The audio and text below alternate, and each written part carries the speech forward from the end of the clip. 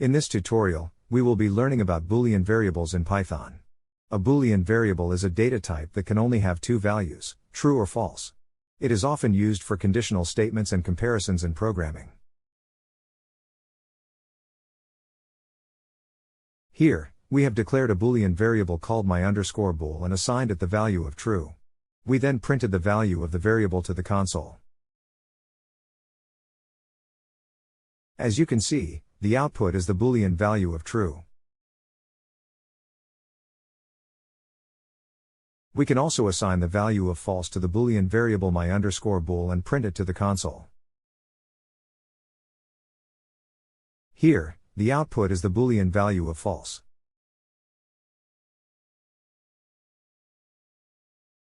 In this example, we declare two integer variables, x and y, and assign them the values of 5 and 10 respectively.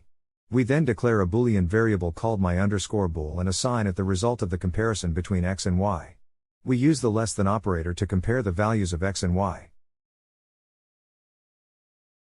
As the value of x is less than the value of y, the output is the Boolean value of true. That's it for this tutorial on Boolean variables in Python.